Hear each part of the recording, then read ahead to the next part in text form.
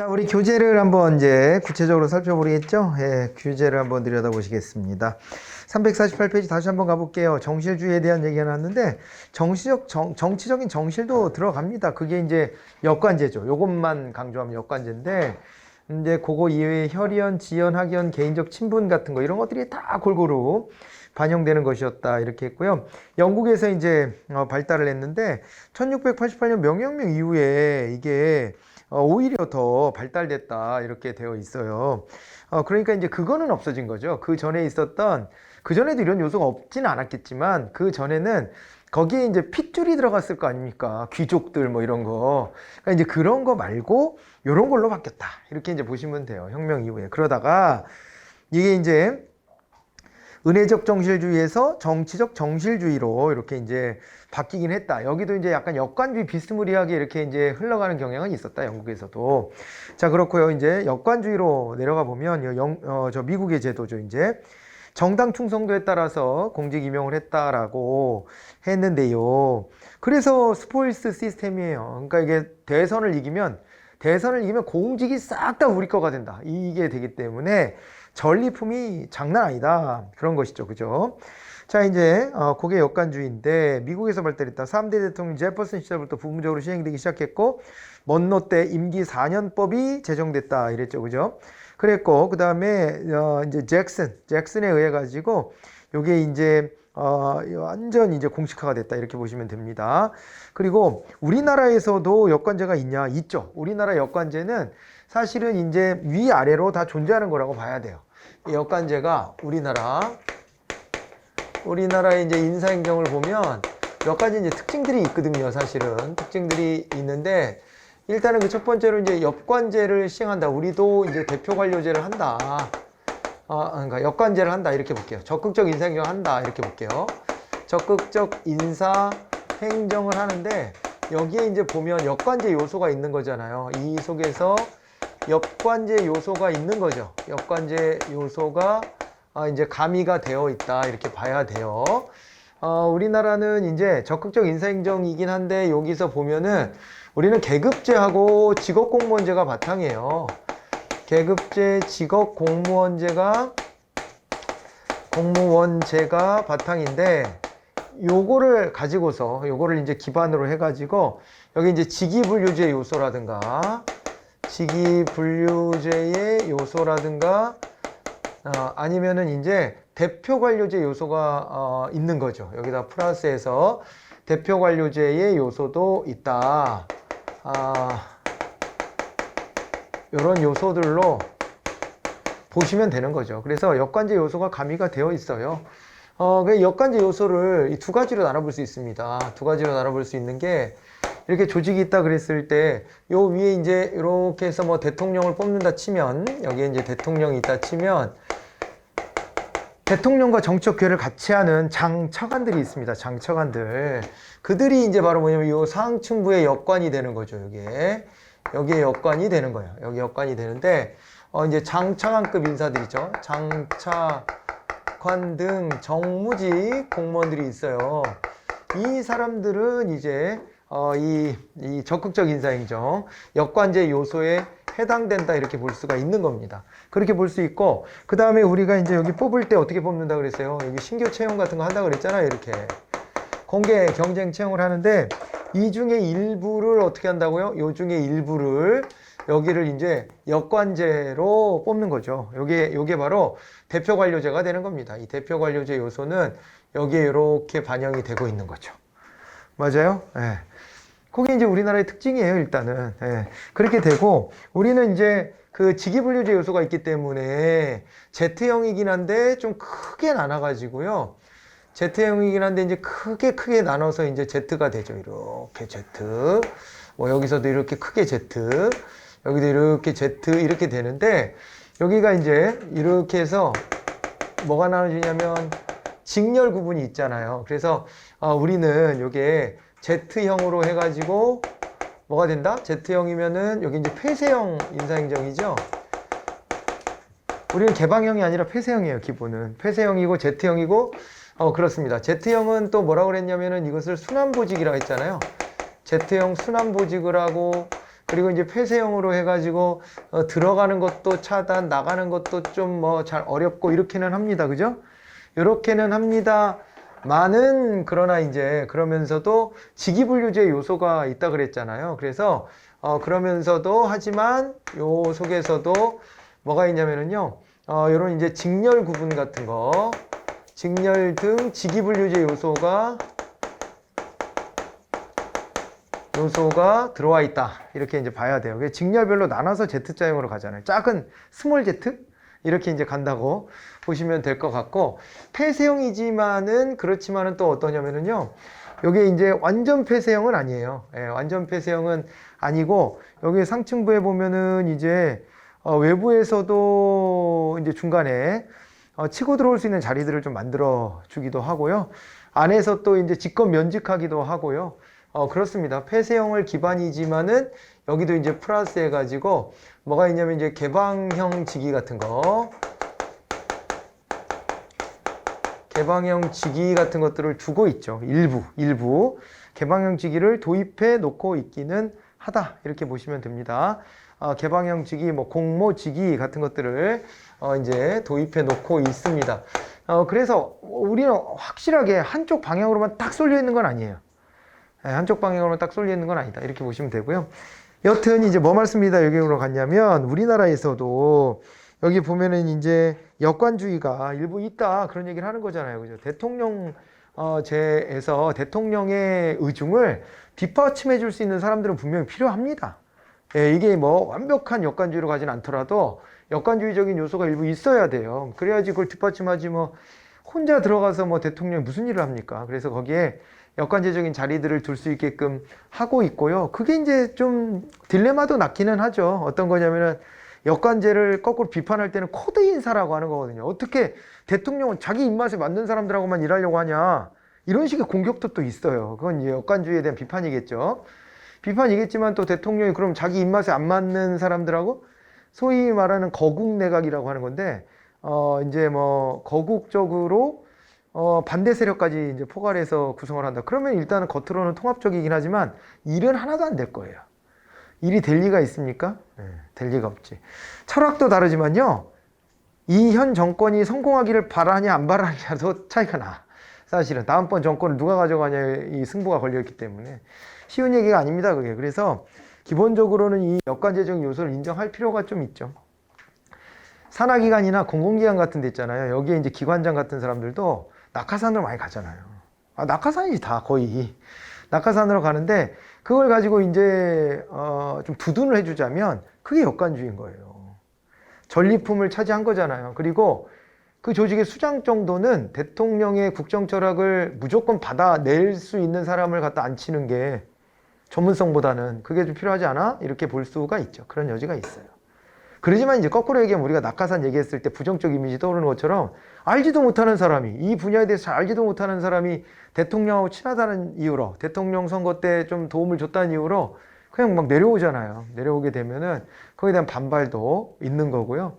내부에서는 또 내부 승진의 기회가 또 박탈되는 것이기도 하고 그런 것이니까 여기에 이제 갈등은 있습니다. 갈등은 있는데 장단점이 이렇게 엇갈려 있다는 것도 한번 생각해 보시면 되겠고, 그 다음에요. 그 다음에 이 역관주의 장점이 그래서 거기에 나와 있는데, 정당 이념의 철저한 실현, 민주적 통제 강화, 행정의 민주화 및 정보관료제의 민주화, 행정의 대응성, 이게 제일 중요한 말입니다. 대응성이라는 게. 그리고 관료의 특권을 막는다라는 것도 장점으로 꼽기도 해요. 관료들한테 평생 직장을 보장해 주는 것은 일종의 특권입니다. 근데 왜 이런 특권을 보장해 주냐? 뒤에 가서 이제 다시 언급하겠지만은 정치적 중립을 요구하기 위해서 특권을 주기 시작하는 거예요, 사실은. 그런 겁니다. 신분보장을 왜 해주냐 이 말이에요. 공무원이 뭐 이쁘다고 신분보장 해주냐 이거예요. 그 안에서 보면은 이 정치적 중립을 요구하는 겁니다. 공무원들한테. 그래서 정치적 중립을 요구하면서 그거에 대한 보상 같은 거예요. 그걸로 신분보장 시켜주는. 그러니까 정권이 바뀌더라도 어떤 정권에 휘둘리지 말라는 겁니다. 휘둘리지 마라라는 권리와 의무를 주고, 그 다음에 거기에 부응하게 뭘 한다? 거기에 부응하게 이제 신분보장을 해준다. 정권이 바뀌더라도 함부로 잘리지 못하도록 만들어줬다. 이렇게 정리해 두시면 되는 겁니다. 이것이. 알겠죠? 이제 뒤에 가서 다시 언급이 있을 건데, 어찌됐거나 이 역관주의라고 하는 것 자체가 이렇게 관료들에게 특권을 부여하는 것을 오히려 인정 안 하는 거죠. 그러니까 특권도 안 주겠다 이렇게 가버리는 것이고, 그러니까 이 관료주의의 문제점은 없겠죠. 매번 갈려나가기 때문에. 자, 그리고 또 그 다음에 공무원의 적극적인 충성심을 확보한다 이렇게 돼 있는데 당연하죠. 문재인 정부가 들어섰는데 문재인 정부의 관료들도 다 민주당 출신의 사람들로 싹 다 채워진다. 그럼 얼마나 충성적이겠어. 지금하고는 다르겠지, 그죠? 지금은 오히려 문재인 정부가 임명해줬던 사람들이 막 박차고 나와가지고 나는 야당의 대통령 후보가 될 거야 막 여러 사람이 그러잖아요. 그러니까 이거랑은 좀 차이가 있는 거지. 어떻게 보면 역관주의적으로 가면은 그런 일은 벌어지지 않겠죠. 같은 당 사람들로만 할 테니까, 그죠? 그 사람들의 특징은 다 관료들로 성장해온 사람들이 나중에 가서 봤더니 성향이 다른 사람들이었다. 현 정부의 대통령 임명했지만. 그리고 뭐 군 장성들도 지금 여러 명 나오잖아요. 커밍아웃 하는 사람들. 그러니까 나는 지금 대통령이 어느 자리에 임명을 해줬던 그 군인인데, 그런데 이제 퇴임하고 그러고 난 다음에 지지 선언을 다른 쪽에 가서 하고 막 그러잖아요. 그러니까 그런 게 가능한 구조죠. 지금 우리는. 그러니까 관료들이 이렇게 승진해 가면은 그 사람이 꼭 지금 현 대통령이 날 임명장 줬다고 해서 그 사람하고 꼭 정책 견해가 같아야 되는 건 아니잖아요. 한편으로는 그런 거를 우리는 하고 있는 것인데, 여권제는 그런 걸 부정한다는 거예요. 싹 다 쳐낸다는 거죠. 그거는. 그러니까 이제 충성심 같은 것들은 매우 이제 높아질 것이다. 그러다 보면 또 정당 정치가 발전합니다. 왜냐하면 정당 충성도를 가지고 하기 때문에 정당 중심으로 정치가 이루어지게 되어 있어요. 아니, 그렇잖아요. 곳간에서 인심 난다고. 정당에 충성하면은 자리가 나오는데 정당에 충성하겠지. 정당 정치가 엄청 활성화된다 이렇게 볼 수 있죠. 그리고 인사권자의 지도력도 강화되고 정책 변동이 용이하다. 뭐 정권 바뀌면 정책 확 바꾸기가 쉽다는 얘기죠. 이 얘기는. 자, 그렇지만 이제 문제점이 있습니다. 행정의 능률성과 전문성이 저하될 수 있다 그랬죠. 한 자리에서 오래 버티고 있지 못하기 때문에 능률성과 전문성이 떨어집니다. 행정의 계속성, 안정성, 지속성 이런 것들도 떨어진다 그랬고, 관료의 정당사병화. 그렇죠. 이 관료들이 독자적인 어떤 영역을 구축하지 못하고 정당에 휘둘리는 이런 상황들이 나타나게 될 것이고, 그 다음에 이제 불안정한 신문부장과 방만한 관직신설 이런 거 있었고요. 예산 낭비가 초래되는 것도 있었습니다. 아니, 공직을 많이 늘리면 예산 낭비가 오겠죠. 그리고 부패와 무질서가 만연하다. 금권 정치가 등장한다. 그리고 이제 행정과 공무원의 정적 중립이 저해된다. 뭐 정적 중립이 없는 겁니다. 이건 아예. 그걸 기대하지 않는 거죠. 어떤 정당 출신들을 관료로 다 임명하는데 무슨 정적 중립이 어디 있어요? 한쪽 방향으로 가는 거죠. 그래서 제가 아까 뭐라 그랬습니까? 앞선 시간에. 이렇게 되면은 그 대통령을 찍지 않은 국민들은 굉장한 박탈감, 허탈감 이런 것들이 생길 거예요. 자기들이 원하는 것하고는 정반대로만 가겠지. 그렇잖아요. 그죠? 이렇게 갑니다. 이렇게 가요. 그래서 이런 문제점까지 같이 비교를 하실 수 있으면 되고요. 그 다음에 이제 메리트 시스템, 실적주의가 나와 있습니다.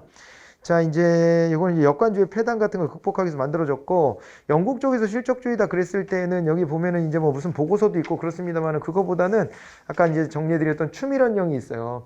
그래서 인사위원회, 그러니까 이제 임명권, 인사권을요 위원회로 넘기는 거예요. 위원회 제도 같은 거를 뒀고 공개 경쟁 시험 같은 걸 했다 이렇게 보시면 됩니다. 미국에서는 83년도 펜들턴법이 제정이 돼가지고 여기도 중앙인사위원회가 만들어졌고요. 공개 경쟁 시험을 합니다. 이건 좀 비슷하죠?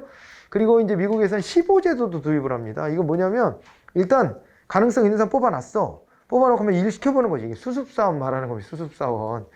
인턴사원, 수습사원. 그래서 뽑아놓고 보겠다는 거죠. 보고 일 잘하나 못하나 보고 그 다음에 어떻게 하는 거예요? 야, 넌 좀 아닌 것 같다. 너는 정식 임명 못 해주겠다. 이렇게 제도를 만들어 놓은 겁니다. 우리도 이제 따라하고 있는데 우리의 15제도는 되게 형식적이에요. 그러니까 되게 적극적으로 하진 않죠. 이제 15제도가 아주 큰 문제를 일으키지 않는 한은 이거 15 딱지를 안 떼어주고 집으로 돌려보내는 일은 흔치는 않죠. 그렇게 돼 있는데 이거를 잘 활용한다면 합격을 한 것이 완전 합격이 아닌 거지. 그럼 15기간까지 잘 지나가야 되는 거죠. 그래서 이제 업무를 잘할 수 있습니다라는 걸 보여줘야 그 다음에 정식 임명을 해주는 거예요. 이게 이제 루트죠. 루트인데 우리는 15를 도입하고 있긴 하지만 되게 요식적이다. 이렇게 볼 수는 있습니다. 자, 그리고 그 다음에 됐죠. 우리나라 실적주의 요소가 그래서 거기 또 나와 있습니다. 우리나라 역관주의 요소도 있다고 했지만은 실적주의 요소들이 있다. 그래서 공직 진출의 균등한 기회를 보장한다. 그렇죠? 그렇죠. 누구나 다 시험 볼 수 있게 해서 우리가 계급제를 따르면서도 오히려 학력 제한이나 연령 제한 같은 거는 폐지해버렸다 그랬잖아요. 그러니까 누구에게나 기회를 균등하게 보장해 주려고 노력하고 있고, 공무원의 정적 중립성과 신분 보장이 이루어지는 거 맞죠? 독재 정권 때 안 됐겠지, 당연히. 독재 정권 때 안 됐겠지만은 이제 민주화를 이룬 지도 수십 년이 지나가고 있기 때문에 이 상황 속에서는 이제 공무원의 이제 이 정적 중립도 보장이 되는 편이 아니겠는가 싶은데, 금단 현상은 좀 있었습니다. 2010년대 전후에서도 그런 금단 현상 때문에 무슨 공무원들을 동원해서 특정 정파의 후보자한테 유리한 댓글을 달게 한다든가 뭐 이런 것들이 있었잖아요. 근데 이제 그런 거에 동원되지 않아야 되는 거예요, 공무원 스스로가. 그리고 나중에 만약에 그런 요구가 혹시라도 있잖아요. 앞으로는 없겠지만 그런 요구가 만약에 있다 그러면요, 과감하게 그거는 거부하셔야 돼요. 그러면 당장에는 나한테 무슨 불이익이 오는 것처럼 느껴지지만 조금만 미래를 내다보면요, 그런 사람이 현명한 겁니다. 알겠죠? 네, 그런 사람이 현명한 거예요. 왜냐하면 그게 공무원의 의무거든요. 그 의무가 주어진 대로 해야지. 거기서 거절을 못 해가지고 휘둘리면은 나중에 다 어떻게 됐어? 다 징계받고 불이익받고 승진 어렵고 그렇게 되는 거예요. 왜냐하면 자기도 위법에 가담했기 때문에. 절대 그런 일이 있어서는 안 됩니다. 예전에는 관건 선거 이런 얘기 했잖아요. 그래서 이제 관이 동원돼 갖고 선거에 이제 어느 정파에 유리한 일들을 해주고 그랬는데, 어느 정파에 유리한 일을 해서는 안 되는 거죠, 공무원은. 맞아요? 왜냐하면 국민을 위해서 일을 해야죠. 국가를 위해서. 어느 정파를 위해서 일을 하면 안 되는 거잖아요. 그런데 이제 어느 정파를 위해서 이런 요구를 받을 때가 있을 수 있는데, 과감히 그때 다수의 불이익이 있더라도 아닌 건 아니라고 해야, 그게 설령 내가 좋아하는 정파여도 그렇게 해서는 안 되는 거지. 그건 잘못된 거잖아. 그럼 좋아할 가치가 없는 정파지, 그 정파는. 그래서 그거를 거부해내셔야 돼요. 네. 그 대가로 뭐래요? 평생의 직장을 보장해 주는 겁니다. 그렇게 생각하셔야 돼요. 우리나라가 그래서 정치적 중립도 인정해주고 신분 보장도 해줍니다. 그리고 성적과 능력주의 원칙을 따르고 있고요. 이게 강화가 되어 왔죠. 계속 강화가 되어 와서 더 힘들어진 거예요, 사실은. 어떻게 보면요, 연줄을 따라가는 것이 더 쉬운 일일 수도 있어요. 어떻게든 연줄을 만들어서. 그래서 직장 생활 할 때 과거에는 그랬어요. 이 어떤 줄이, 동아줄이가 어떤 줄이 썩은 줄인지 이걸 봐가지고, 그래가지고 그 좋은 줄을 잡는 거예요. 그쪽 편이 되려고. 그래서 괜히 친한 척도 하고 어울리려고 노력하고, 그럼 거기서는 약간 배타하거든요. 그런데 어느 계기가 있으면요, 그런 사람들을 또 끌어들여요. 그러면 그쪽 편이 돼가지고 서로 어때요? 그 안에서 정치하는 거예요. 그게 기업이든 병원이든 어디든 사람들 모였는데 다 그런 짓거리들을 한단 말이에요. 라인이라는 게 있잖아요. 줄 잘 서라 이런 얘기하고 그랬잖아요. 그게 이제 과거의 모습이고 그랬었는데, 지금은 이제 공직사회 아직도 있대요. 제가 이제 공무원 된 여러분들의 선배들을 가끔 만나지 않겠습니까? 들어보면은 그런 게 있다고 하더라고요. 있는데 그런 거에 휘둘리는 사람 오래 못 갑니다. 항상 말씀드리지만. 오래 못 가요. 그러니까 예를 들면은 어디 그 지방직 공무원이 됐어. 근데 시장하고 가까운 라인, 뭐 부시장하고 가까운 라인. 그 사람들 금방 이제 임기 끝나면 날아가잖아. 그러면은 그런데 줄 서는 사람보다는 공명정대함을 갖추고 어느 쪽에서도 탐낼 수 있는 능력을 갖추는 게 중요하지, 이거를 그죠? 어떤 라인을 타는 게 별로 그렇게 바람직하지가 않고, 그런 거를 또 못하게 계속 하고 있기 때문에 문화도 그렇게 바뀌고 하면서 가는 거예요. 근데 그게 오히려 여러분들을 더 피곤하게 하는 것이긴 합니다. 그 얘기는 인사고과 같은 거 반영할 때도 그죠? 우리 편이라고 봐주고 이런 게 없는 거예요. 누구랑 친하니까 봐주고 이런 게 없어진다는 거죠, 점점. 굉장히 드라이해지는 겁니다. 드라이해지는 건데, 그게 이제 공정해지는 거죠. 그런 과정들을 지금 이제 거치고 있다, 이렇게 보시면 되겠습니다. 자, 이제 그렇고요. 이제 특징 이런 게 나왔습니다. 실적주의는 인간의 상대적 평등주의를 신봉한다, 이렇게 되어 있습니다. 그래서 각 개인이 가지고 있는 능력에는 차이가 있음을 인정을 하는 것이고, 상대적 평등이라 그랬어요. 그래서 상대적 평등인데 각자의 능력에는 차이가 있다, 이렇게 했고, 여건의 폐해를 방지하고 능력 있는 사람을 뽑겠다, 이렇게 했다는 거예요. 그러니까 이게 누구나 다 공직자가 될 수 있어 라는 것을 입구만 열어놨다 뿐이지, 돌아가면서 맞자 이런 식으로 안 한다는 거예요. 못 믿겠다는 겁니다. 그 중에 능력 있는 사람도 있고 능력이 없는 사람도 있다라고 보는 거예요. 예, 그래서 평등하긴 한데 그거 좀 상대적이지, 이렇게 이제 본다는 거고요. 그럼 내려가 보면 이제 주요 내용이 나와 있습니다. 뭐 그거는 읽어보시면 될 것 같아요. 반복되는 얘기고요. 장점이 있는데 역관주의 폐단을 극복하는 겁니다. 이게 시험제도를 통해서 무자격자나 정적 부패 부정행위자들을 배제하는 것이고, 행정의 능률성이 더 올라가겠죠. 공직임용의 기회균등이 보장됩니다. 그죠? 이런 것들은 되게 공정한 것으로 이어질 수가 있습니다. 그리고 행정의 능률성의 제고다라고 했는데 그건 어때요? 행정의 능률성 제고는 그러면 거꾸로 얘기하면 역관주의는 능률성이 떨어지냐? 그렇죠. 역관주의는 능률성이 떨어지는 면도 있고 생기는 면도 있어요. 이제 어떤 거를 앞에다가 붙여주냐에 따라 다르지만 기본은 능률성은 실적주의입니다. 능률성은 실적주의고 역관제는 대응성이라고 그러죠. 민주성. 우리 앞에서 가치를 봤지만은 민주성, 대응성하고 그 다음에 이 능률성은 같이 가지 못하는 경우가 더 많아요. 같이 못 가. 그러니까 민주성, 대응성을 높여주다 보면은 능률성은 좀 떨어지는 거죠. 그런 이 선택의 여지가 있는 겁니다, 이게.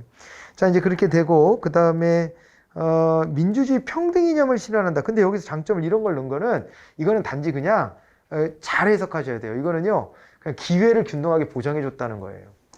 그러니까 누구나 다 시험 볼 수 있는 기회는 줬다. 이렇게 말하는 거 정도의 평등 개념. 즉, 앞서 봤던 기회평등이면은 이게 이제 절대적 평등의 개념이죠? 맞아요? 절대적 평등, 상대적 평등 말고 절대적 평등. 응? 형식적 평등 말이에요. 누구나 다 기회를 줬어. 이렇게 하는 거. 근데 그게 평등의 개념으로 보면 낮은 수위입니다. 낮은 수위.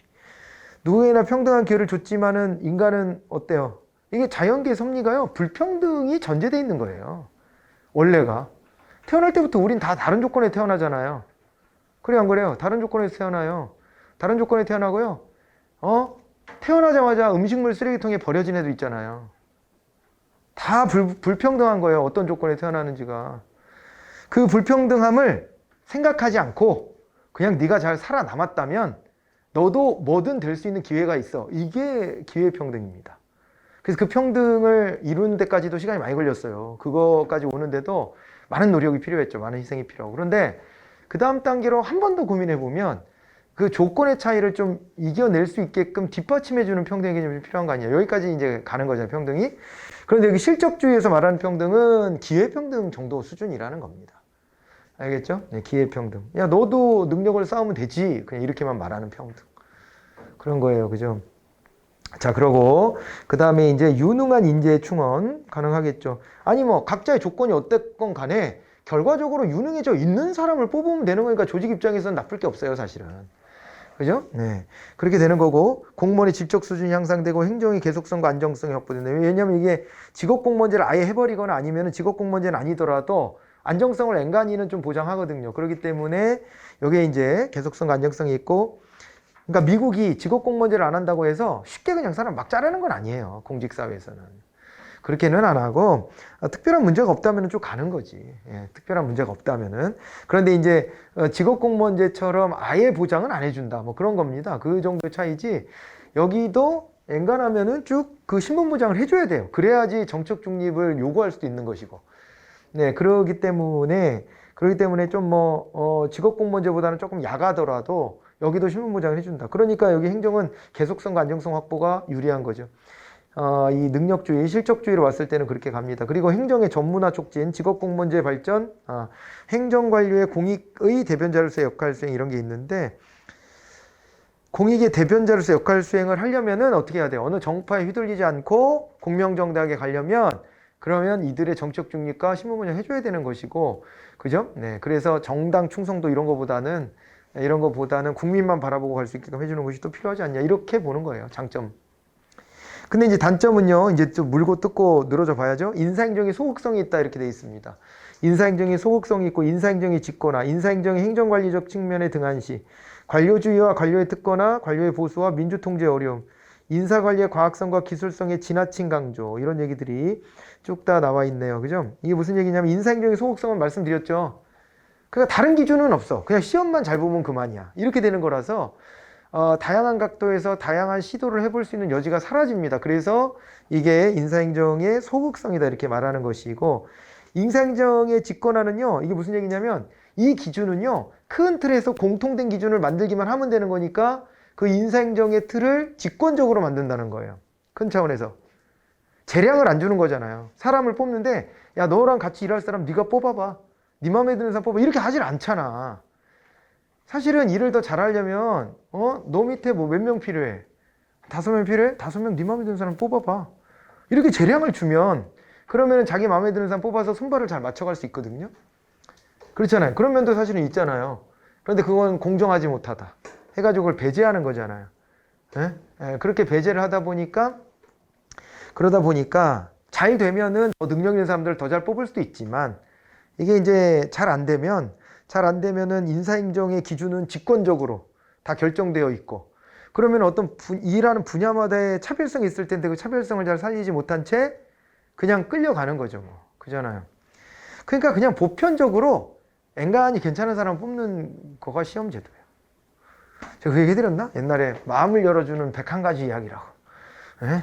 그런 책이 있어가지고 제가 그 책에서 봤던 것 중에 기억내. 되게 오래전에 봤던 건데도 여전히 기억나는 게 인상적이었던 게 그거였어요. 우리나라를 비롯해서 이 공교육제도의 문제점을 어떻게 보면 지적한 거였는데 제가 가끔 얘기 드리는 거 들은 분들도 있을 거예요. 근데 이게 그 동물학교 뭐 이런 거를 이제 빗대서 나왔던 건데요.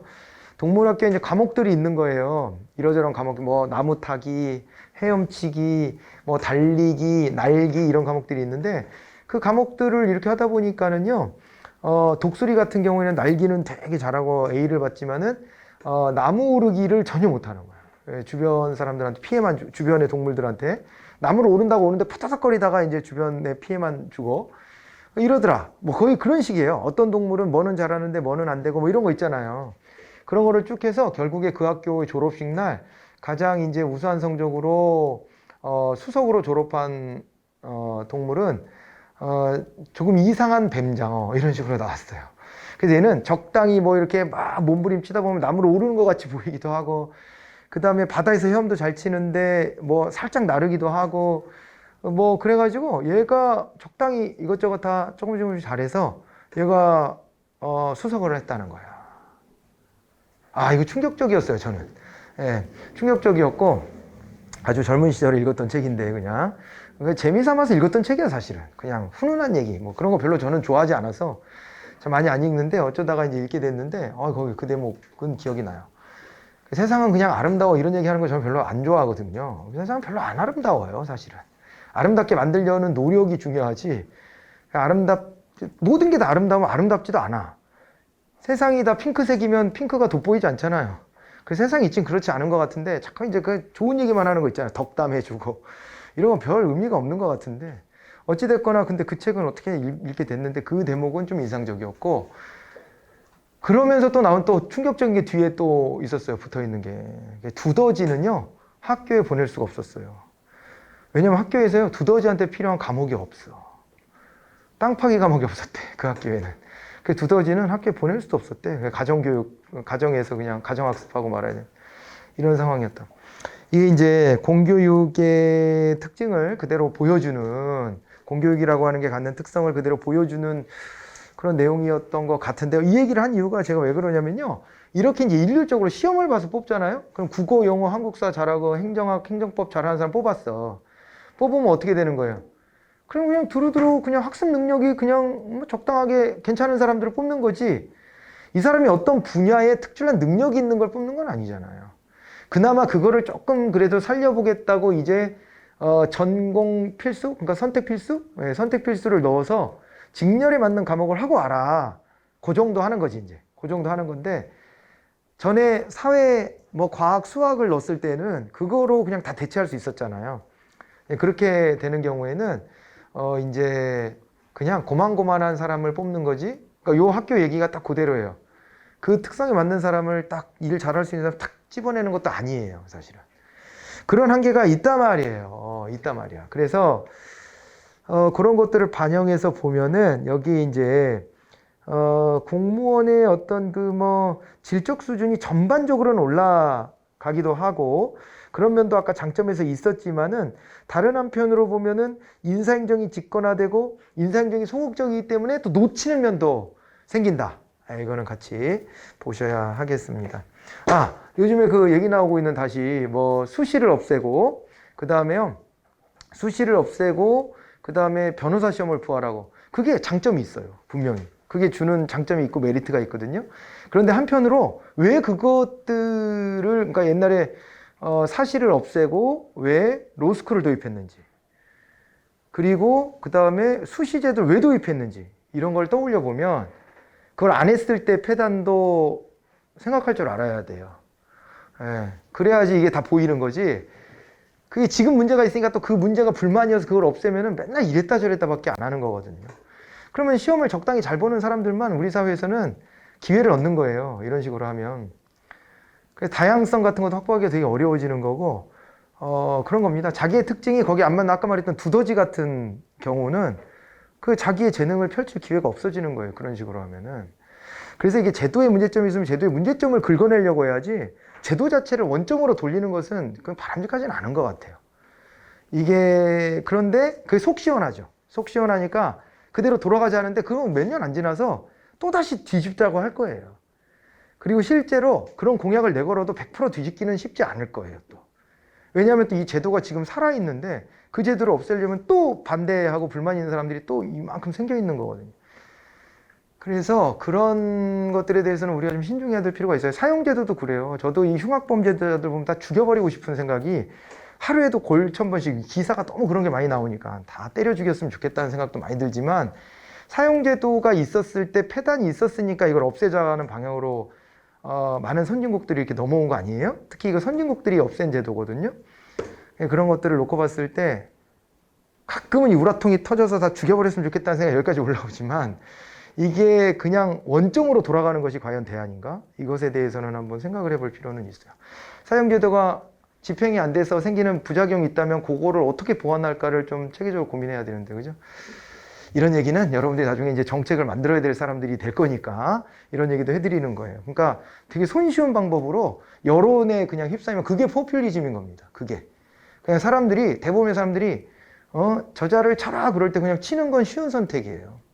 그게 아니라 우리 사회가 어떻게 앞으로 나아가야 될지에 대해서 고민하는 정책가들이 되시기 바라고. 자, 그리고 이게요, 아무튼 이제 그런 점들이 있는 거예요. 인사행정을 놓고 봐도 그런 겁니다. 이런 면 저런 면이 있는데, 이게 요즘에 공정의 논의가 또 시험을 객관식으로 봐서 다 뽑아라. 거의 이런 식인데, 그런 식으로 가면 또 폐단이 생기는 거다. 그리고 그 자리에 맞는 사람을 탁 집어내질 못하고 적당히 그냥 잡음 없이 사람을 뽑아내는 거라 그것도 꼭 옳은 것은 아닐 수도 있다. 그러니까 이게 그렇게 단순한 일이 아니다. 라고 하는 거. 그런 것들을 한번 떠올려 보시면 좋겠습니다. 자, 그리고 이제 거기 보면 관료주의와 관료의 특권화. 왜냐하면 이게 이제 거의 뭐 직업적 안정성이 보장되기 때문에. 그리고 이제 그들은 자기들의 루틴을 따라요. 그래서 보수화된다 이렇게 보시면 돼요. 관료들은 변화에 대해서 항상 반대하고 저항해요. 항상 반대하고 저항해요. 그래서 관료들 보면은요, 개혁적 정부가 들어섰을 때에 손발이 안 맞는 모습을 많이 연출합니다, 관료들이. 왜냐면 관료 자체가 보수화될 수밖에 없어요. 우리가 관료제 공부할 때 뭐였어요? SOP. 그잖아요. 자기 나름의 내부 규율 만들어 놓고 그걸 따라가거든. 그거대로 만들어 놨는데 왜 자꾸 흔들려고 해. 그러다 보면 흔들면서 뭐라 그래요? 적폐. 심하게 말할 땐. 적폐. 부드럽게 말하더라도 개혁 대상인 거잖아, 어찌됐거나. 우리가 뭐가 잘못됐다라고 지적받는 거잖아요. 기분 좋을 리가 없죠. 기분 좋을 리가 없고, 그 다음에 자기네들은 그게 익숙하기 때문에 아무리 생각해도 기존에 해왔던 방식이 더 맞는 것 같거든. 그러다 보면은 저항하는 거예요. 이런 일들은 어느 국가나 다 벌어지는 일입니다, 이게. 관료들이 보수화되는 거죠.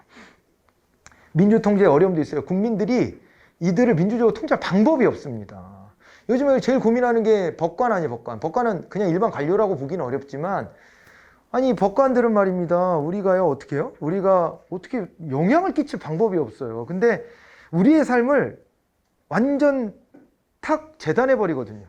소송에 한번 휘말려 보세요. 그러면 판사 맘이에요, 다 모든 게. 그래서 판사가 어떤 성향이냐에 따라서, 세계관이 어떠냐에 따라서 내 판결이 달라지기도 합니다. 그래가지고 이게 참 이게 어떻게든 이게 통제가 돼야 될 것 같은데 통제는 할 방법은 없고 또 통제를 하기로 맘먹고 나서면 그게 또 재판에 개입하는 게 될 수도 있고 이게 참 진짜 또 진짜 심각하게 어려운 문제죠. 어려운 문제예요. 그런 거를 떠올려 보시고 관료도 마찬가지라는 거예요. 행정 관료들도 국민들이 직접 컨트롤할 수 있는 방법이 없어요. 다 시험 봐서 뽑고 직업 공무원으로 보장하고 하기 때문에 국민들 마음에 안 들어도 이걸 통제할 방법이 별로 없고 간접적인 통제밖에 안 되는 거죠. 의회를 통해서 법을 제정한다든가 아니면 대통령을 뽑아갖고 대통령한테 개혁을 맡긴다든가 하는 것밖에는 없는데 어떨 때는 이제 그러다 보니까 관료들이 국민의 의사에 반하게 맞서는 경우들도 생긴다는 겁니다. 이런 것들이 고민거리입니다. 자, 그리고 공직 후보자에 대한 부족한 뭐 능력 예측도 좀 어렵다, 뭐 정당 이념 및 정책의 추진 실현도 잘 안 된다, 대응성이 없다는 얘기죠. 뭐 이런 식으로 아까부터 이제 반대로 장점 단점이니까 장점도 있지만 단점도 이렇게 있는 거. 역관주의의 장점이 여기서는 실적주의 단점으로 나오는 거죠. 이제 그렇게 해서 거기 나와 있는 표도 한번 읽어보시면 됩니다. 자, 넘어갈까요? 이제 직업공무원제로 가볼게요. 직업공무원제다 그러면은요, 아까도 말씀드렸다시피 신분보장을 강화하는 겁니다. 신분보장을. 그러니까 정치적인 것 아니면 연줄 이런 거에 휘둘리지 않게 하려고, 응? 보장해 주는 거예요. 그러니까 연줄을 강조하는 영국에서 이게 정실주의에서 이게 왔다 그랬잖아요. 이걸로 이제 개혁을 했다 그랬잖아요. 근데 그 이유가 뭐냐면 내가 누구를 어느 자리에 꽂고 싶으면 그럼 반드시 어떻게 해야 돼? 그 자리에 있는 사람을 밀어내야 되거든.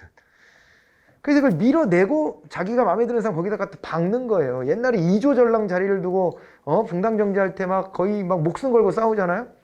그런 거랑 똑같은 거죠. 그 자리에 중요한 핵심적인 자리에 우리 사람을 심으려고 하니까 전에 있던 사람을 어거지로 밀어내니까 그들은 또 안 밀리려고 막 하고 이러다가 그게 파당이 싸우고 이런 거 아닙니까? 이게요. 직업공무원제를 도입한 이유는 이런 연줄이나 이런 게 파벌이나 이런 게 작동하지 않게 하려면 함부로 누가 누구를 밀어내지 못하게 만드는 게 매우 중요해요. 그래서 직업공무원제를 또 이제 보장을 해주는 겁니다. 한편으로는. 그리고 아까도 말씀드렸지만 반복되는 얘기지만 어느 정파에 휘둘리지 마라 라고 하는 거. 너 신분보장 해줄 테니까 어느 쪽에도 줄 서지 마 하려고 또 정치적 그 중립성에 대한 대가로 신분보장을 해주는 것이다. 이렇게 이제 온 겁니다. 예, 그렇게 봐두시고 넘어가 볼까요? 자, 이제 위기는 있습니다. 직업공무원제 위기는요, 개방형 인사제도. 아까도 말씀드렸지만 우리 개방형 직위 같은 거 둔다 그랬잖아요. 외부 전문가를 이게 수혈하기 위한 노력들을 하고 있어요. 실제 우리나라 정부도. 그러다 보면은 어떻게 되는 겁니까? 그러다 보면은 이 개방형 인사제도에 따라 가지고 이제 위기를 경험하게 되는 것이고, 그리고 이제 대표관료제 대두 그랬습니다. 대표관료제 대두.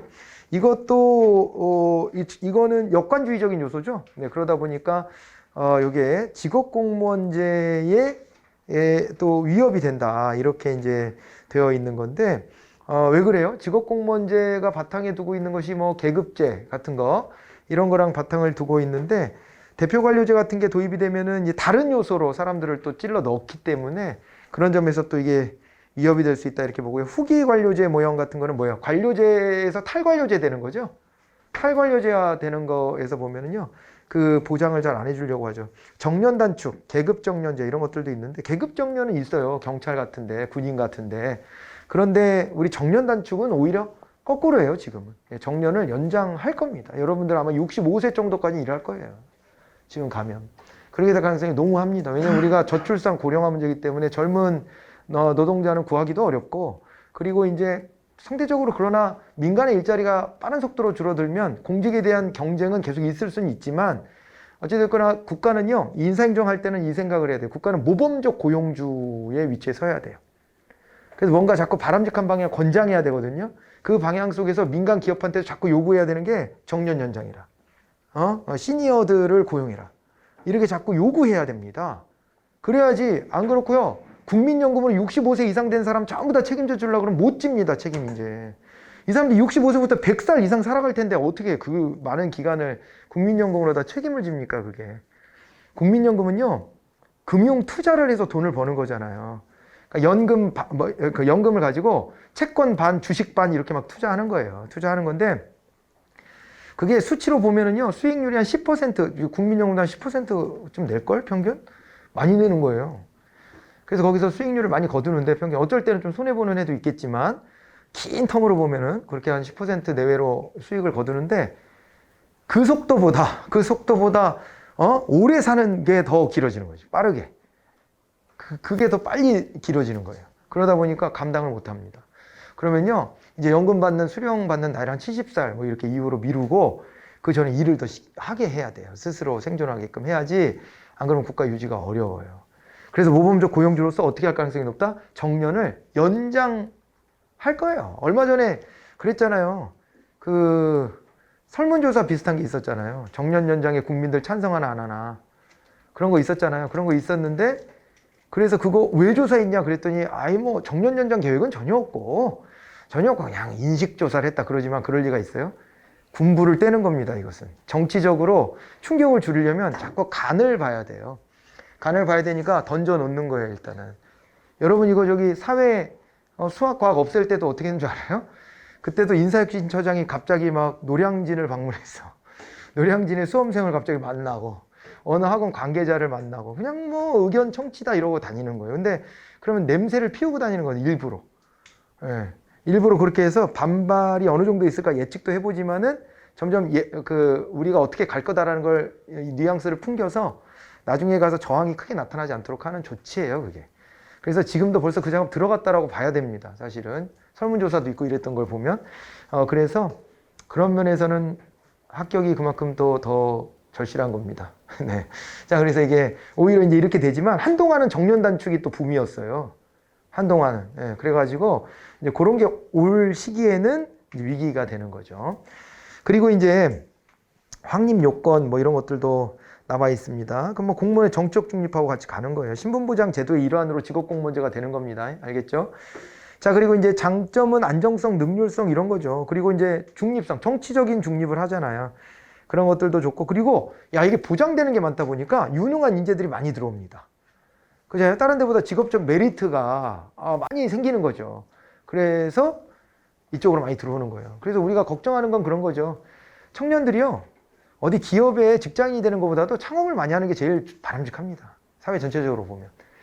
그런데 이제 자꾸 이제 불안정하다고 느끼니까 공무원이 되려고 자꾸 하잖아요. 이제 그렇게 가는 현상은 바람직하진 않죠. 그러니까 더 넓은 무대에 가서 이렇게 자기 재능을 펼칠 수 있는 사람조차도 그런 거를 아주 잘할 수 있는 그 특징, 장점이 있는 청년들조차도 다 안정적인 직업으로 오려고 하면은 그러면은 앞으로 기회가 없는 거죠, 뭐. 우리가 예전에는 경제적으로 봤을 때도 추격자 입장이었기 때문에 남들이 하는 거 잘 모방만 하면 잘 살아남았잖아요. 몇 년 전만 해도요, 삼성이 그 핸드폰 디자인하면서 애플 걸 따라해가지고 외국에서 그거 저기 뭐예요, 이거 저 특허권에 저 디자인권 침해했다고 해서 막 거의 벌금 물고 막 그랬습니다. 그래서 그리고 배상해주고 그런 거 했거든요. 근데 지금 명실상부하게 우리나라가 1등을 하고 있는 것들도 많고 선두의 위치에 서 있는 것들도 많아요. 그래서 이제는 창의적인 걸 우리가 이제 새롭게 개척해야 되는 단계에 진입을 했는데 이 상황에서는 많은 그 불나방들이 있어야 됩니다. 불나방들이 가서 새로운 창업을 해보고 깨져도 보고 그러면서 이제 다져지면서 크게 한 방 하고 이렇게 해서 성공을 거두고 이렇게 해야 되는 거거든요. 미국이 그런 창의성 때문에 세계 1등을 오랫동안 유지한 거 아니에요. 정부는 도와주지도 않고 민간에서 다 알아서 그렇게 하는 구조가 옛날부터 형성돼 있었던 건데 우리가 이제 그게 좀 부족하고 자꾸 이제 인재들이 이쪽으로만 공직으로만 들어오게 되면 그건 좀 문제는 돼요. 그래서 그거 걱정하는 사람들이 많이 있죠. 그렇지만은 그런 기반을 그러면 정책적으로 만들어줘야 돼요. 청년들이 도전했다 실패하더라도 재기할 수 있게끔 해줘야 되는데 우리나라는 그 구조가 안 돼 있어요. 한번 망하면 개박살이거든요. 인생 그냥 끝나. 사실상. 거의 그렇기 때문에 하기가 어렵죠. 그리고 청년들이 잘해가지고 열심히 하는데 돈이 없잖아요. 그래서 어디 투자 자금 끌어들이면 지분 다 뺏기고 대기업한테 다 뺏기고 이런 거를 차단해주지 않으면은 창업하라고 말할 자격이 없지, 사실은. 그런 제도적인 필요가 좀 있는 것 같고 아무튼 국가적으로는 그런 문제가 있는데 어쨌건 공직이 이렇게 안정적이 되면 이쪽으로 메리트가 많으니까 자꾸 이제 인재들이 흡수되는 효과가 생긴다. 그런 것들도 볼 수가 있습니다. 자, 이제 강한 전문 직업의식 같은 것도 있고요. 공무원 되는 거 여러분들이 좀 자랑스러워 하죠, 요즘에는? 그렇잖아요. 아니, 뭐해? 아니, 공무원 됐어. 이런 거에 대해서 사람들이 좋게 생각하지 부정적으로 인식하지 않으니까 그런 것들도 장점이 되죠. 근데 단점은 이제 전문성은 떨어집니다. 그러니까 평생 여기서 그냥 적당히 부비는 사람들도 많이 있으니까 전문화가 줘야 되고 그리고 개방형 임용으로 바깥에서 자꾸 이제 새로운 피도 수혈하고 그래야 되는데 이제 그런 게 차단되니까 그런 게 이제 전문성 떨어진다 이런 얘기를 하는 거고요. 민주적 통제가 곤란하고 환경의 적응성이 부족하다 이런 얘기들도 하고 있는 겁니다. 그렇게 봐두시면 되고요. 실적자하고 또 이제 비교하고 있는 게 그 내용하고 표로 이제 나와 있어요. 그런데요, 요거 하나 더 체크하고 갈게요. 직업공무원제는요, 인간 중심성이 있다. 이렇게 하는 겁니다. 그러니까 제가 계급제 그려드리는 거 있죠. 그 그림의 특징이 뭐였냐면은 될 만한 사람을 뽑아. 그리고 그 사람한테 자리를 줘. 그런 구조죠. 여러분들도 뽑히면 그렇게 되는 거예요. 우리나라 계급제 토대니까. 근데 이 실적제는 이 직위분류제라는 형태로 간다 그랬잖아요. 그건 I자형으로 이렇게 오르락내리락 한다 그랬죠. 그래서 그거는 뭐냐면요. 자리를 놓고 거기에 맞는 사람을 끼워 넣는 거예요. 그러니까 이게 근본적 차이입니다. 다시 한번요. 계급제는 일단은 가능성 있는 사람을 뽑아서 그 사람한테 맞는 일을 줘. 물론 순환보직 시키지만 일단은 그 사람한테 일을 주는 방식이에요. 그런데 미국식의 직위분류제는 거꾸로 야, 요 일을 해야 될 사람이 필요해. 이렇게 접근하는 거예요. 그럼 이 일을 잘할 사람이 누구야? 신규 채용할 수도 있고 민간 기업에 종사하는 사람을 경력적으로 채용해서 넣을 수도 있지. 그리고 그 분야에 잘할 사람을 뽑았기 때문에 그 사람은 딴 데로 이동을 안 시켜요. 자기도 싫어하고. 그 미국의 패턴은요, 이렇게 여러 개를 두루두루 내가 경험하면 좋지 이렇게 생각 잘 안 하고 내가 이 분야에서 전문성을 계속 유지해야 여기 직업공무원도 아니잖아요. 내가 이거 그만뒀을 때, 공직을 그만뒀을 때 민간 기업에 가서 쓸모가 있다 이렇게 판단하지, 사람들이. 그래서 I자형을 선호하는 거예요, 여기는. 옆으로 이동하라 그러면 어떻게 되는 줄 알아요? 야, 여기 자리가 이제 더 이상 필요가 없어졌어. 그러니까 다른 데로 옮겨줄 테니까 거기 가서 일할래? 그럼 여기 미국 사람들은 대부분 NO 하겠지. NO. 그러면 내가 너무 잡탕이 되고 내 전문성이 없기 때문에 민간에 경쟁력이 없다. 차라리 나는 내 분야로 진출하겠다. 이러고 그만두고 나가는 경우가 많고 실제로 다른 자리를 옮겨줄게 하지도 않지. 보통은. 일이 없어졌어. 미안해. 이제 여기까지 우리 계약은 여기까지야. 할 가능성이 많은 거죠. 이 직위분류제는. 근데 이제 계급제는 그게 아니라 사람을 뽑아놓은 거니까 어떻게든 이 사람한테 일을 줍니다. 어떻게든. 나가면 안 해요. 이 분야의 일이 사라지면 딴 데로 이동시켜요. 그냥 발령 내는 거예요. 발령 내고 당신 여기 가서 일해. 그럼 가서 해야 돼요. 가끔 짜증날 때가 있을 수 있어요. 여러분들 이게 순환보직 하다가 내가 하고 싶은 일이 아닌데 그 분야에 배치가 됐어. 근데 어떻게든 버텼어. 다음번 텀에는 내가 이동할 수 있겠지 했는데 어떤 경우에 운이 안 좋으면 이동을 못해. 묶이는 경우가 있어요. 좋은데 묶이면 좋은데 내가 싫어하는 분야에도 묶일 수가 있잖아요. 그렇게 묶이면요 힘들어하죠. 그래서 그런 거 힘들어하다가 세상을 등진 사람들도 있고 그래요. 가끔 그게 뉴스에 나와요. 그런 게.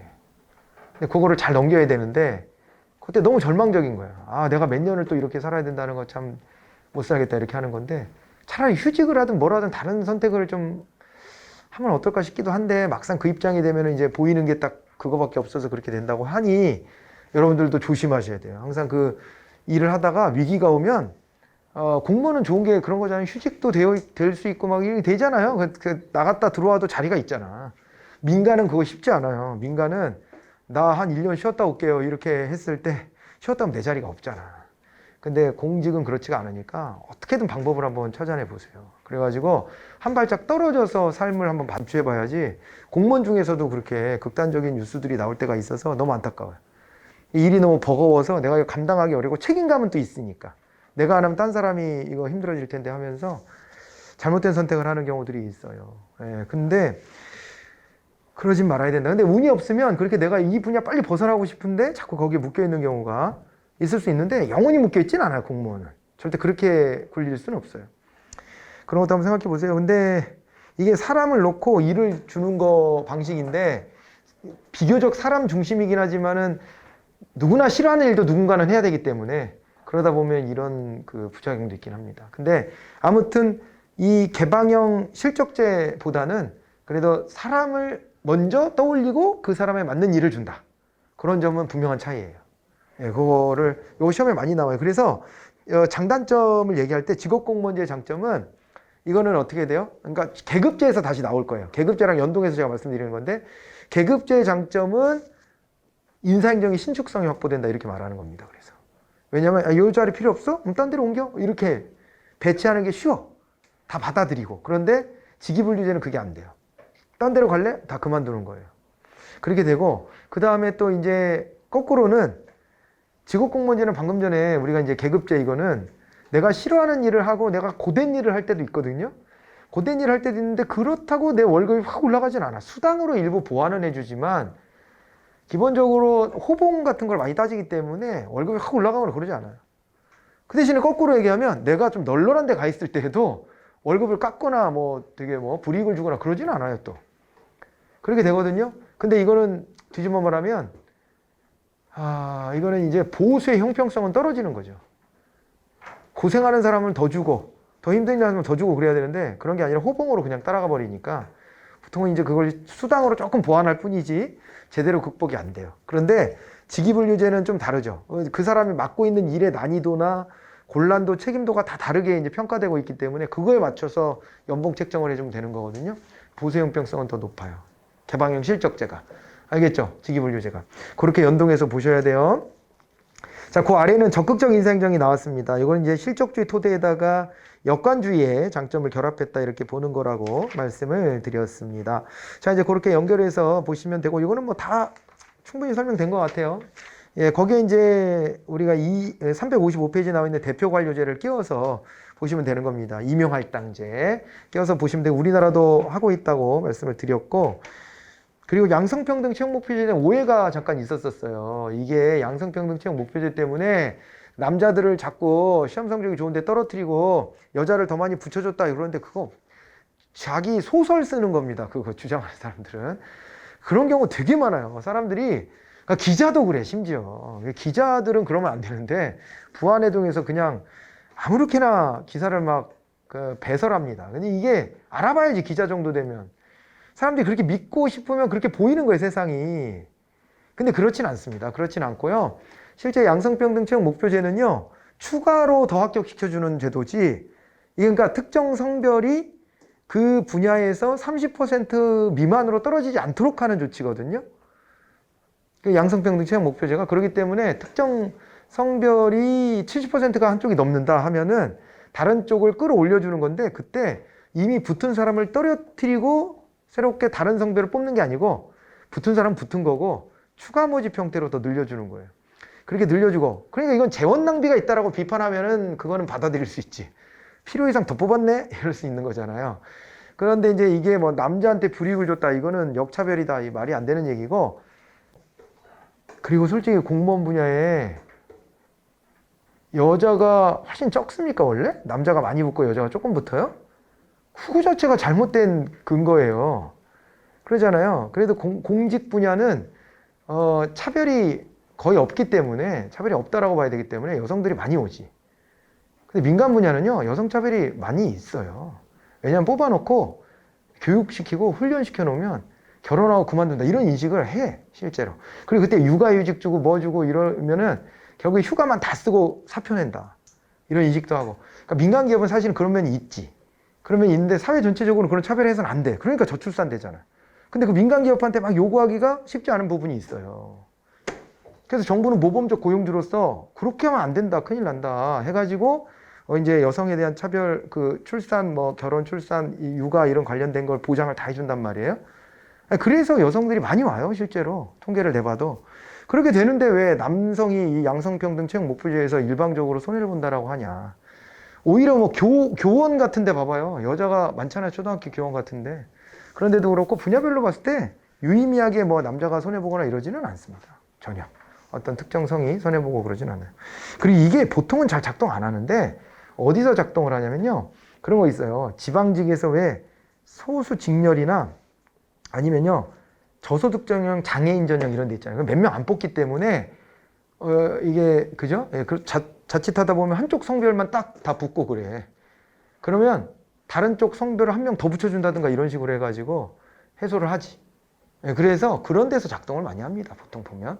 자, 이제 그런 오해가 재작년인가 한번 이슈가 크게 된 적이 있어요. 근데 그거는 잘못된 주장이다. 잘못된 주장이고.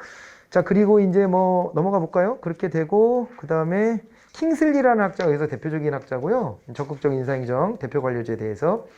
그렇게 되고요. 이제 장단점 같은 것들이 또 있을 텐데 그 기능이 장점인 거죠. 정보 관료제의 대표성과 대응성을 확보한다. 왜냐하면 이게 역관제 요소를 도입했기 때문에. 그리고 내부 통제를 강화할 수 있다 이렇게 되는 겁니다. 왜냐하면 저소득 전형으로 들어간 사람은 저소득층들을 위한 정책을 주장하게 돼 있다 이렇게 믿는 거예요. 일단 이 전제가. 근데 그건 아닐 수도 있거든 사실은. 근데 그렇게 믿는 거예요. 그래서 그 사람들이 대표성을 갖고 들어가 있기 때문에 인구 비례에 맞춰서 들어갔기 때문에 내부 통제가 된다. 한쪽의 정책 방향으로 쏠리는 것을 차단한다 이렇게 보는 겁니다. 균형을 이룰 수 있다. 그리고 이제 기회균등의 적극적 실질적 보장을 해줄 수 있다. 그리고 이제 수직적 형평, 그러니까 이건 조건의 평등까지 이뤘다 이렇게 보는 거예요. 그래서 실질적 보장이다 이런 얘기를 하는 거고, 이걸 수직적 형평성이라고 봐야 되는 거죠. 그러니까 수평적 형평성 기회 균등 보장이고, 수직적 형평성은 조건의 불평등함에 있는 사람들을 끌어올려줄 때, 그럴 때 수직적 형평성이었으니까 이거는 그런 점에서 굉장한 장점이 있어요.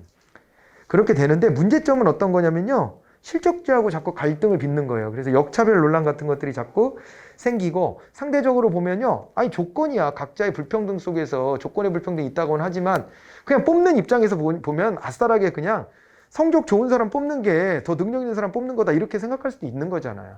근데 이제 그런 것들을 약화시키기 때문에 그런 거 문제점으로 이렇게 집어넣는 거예요. 그리고 재사회의 가능성의 비고려는 이런 겁니다. 문재인 정부가요, 너무 여성 친화적이다 이렇게 지금 비판받는 면이 있죠. 젊은 남성들 속에서 그런 비판이 있다고 하잖아요. 그런 흐름이 여자들을 위한 정책 너무 많이 쓰는 거 아니냐 이렇게 한다고 하는데, 문재인 대통령 여자입니까? 아니잖아요. 만약에 이게 사실이라 치고, 사실인지 아닌지 모르겠어요. 그건 객관적으로 이 정부가 여성을 위한 정책을 특별하게 더 많이 썼는지는 그거는 몰라요. 그러니까 아까처럼 느낌으로 그럴 수도 있어요. 근데 이제 실제로 그런지 아닌지는 저도 본 바가 없어서 그건 모르겠고, 그 논의를 하지 말고요. 만약 그렇다 치고 보면 문재인 대통령 남자예요? 아, 여자예요? 아니잖아요. 그런데 여자를 위한 정책을 더 쓴다? 이렇게 한다면은 이거는 뭐예요? 그게 만약에 사실이라면 재사회화가 됐다는 얘기잖아요. 자기는 여성의 대표성을 갖고 있지 않지만 여성들의 입장이나 처지 같은 것들을 많이 공감한다는 거잖아요. 그런 얘기는 굳이 우리가 대표 관료제까지 할 필요가 없다는 얘기가 될 수도 있어요. 꼭 관료들이 내가 그 처지에 꼭 속해야만 그런 정책을 낼 수 있는 건 아니라는 거지. 재사회화에서 이런 문제가 있다는 걸 알려주면 거기에 맞는 정책을 짤 수도 있는 거 아니냐. 왜 그런 가능성은 비고려하냐. 이런 비판도 있다는 거예요. 역차별, 사회분열의 초래 이런 것들은 있고요. 그 다음에 소수집단의 불리한 결과를 초래한다. 이거는 또 무슨 얘기냐면요, 오히려 소수집단의 불리한 결과다. 이 얘기는 또 비판을 하려고 찾다 보니까 뭐까지 찾았냐면, 야 그러면은 그 소수집단에 속하는 사람들은 인구 비율에 맞춰서 진출하게 한편으로는 보장해 주는 게 될 수도 있지만 더 많은 사람이 붙을 수 있는 기회는 또 박탈되는 거 아니냐. 그러니까 자기네 인구 비율보다 더 많은 사람이 공직에 나갈 수 있는 기회가 박탈되는 거 아니냐. 이렇게 또 보기도 하는 거죠. 예를 들면 남성 여성을 예를 들어 5대5로 맞추려고 한다고 봅시다. 우리 사회에 여성들보다 남성들을 더 선호하는 직장에서 그런 게 있어서 여성들을 적어도 5대5로 맞춰줘 이렇게 했어. 근데 알고 봤더니 공직에는 여성이 한 6쯤 됐어.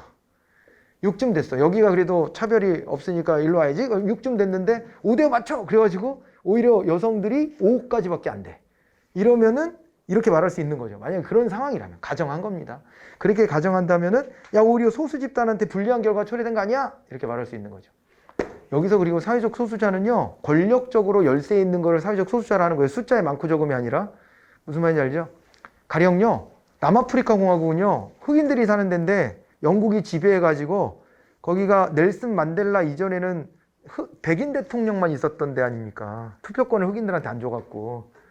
그럴 때 흑인이 다수의 사람들이라 그래서 흑인이 거기에서 다수자입니까? 사회학적 개념으로요, 다수자, 소수자 나눌 때는요, 권력이 없는 쪽이 소수자예요. 남아프리카 공화국의 흑인들이 소수자인 거예요. 그래서 숫자는 많지만. 그래서 여기서도 남성, 여성, 지역 뭐 이런 거 얘기할 때 인구가 많네 적네 이런 얘기를 하는 게 아닙니다. 권력이 많냐 적냐 이걸 갖고 얘기하는 거예요. 자, 이제 그렇고 됐어요. 이제 이 정도 하면 될 것 같고요. 자, 그 다음에 이제 공직의 분류가 드디어 나오네요. 그죠? 네. 여기서부터는 잠깐 이제 끊어서 가보도록 하겠습니다. 쉬었다 오세요.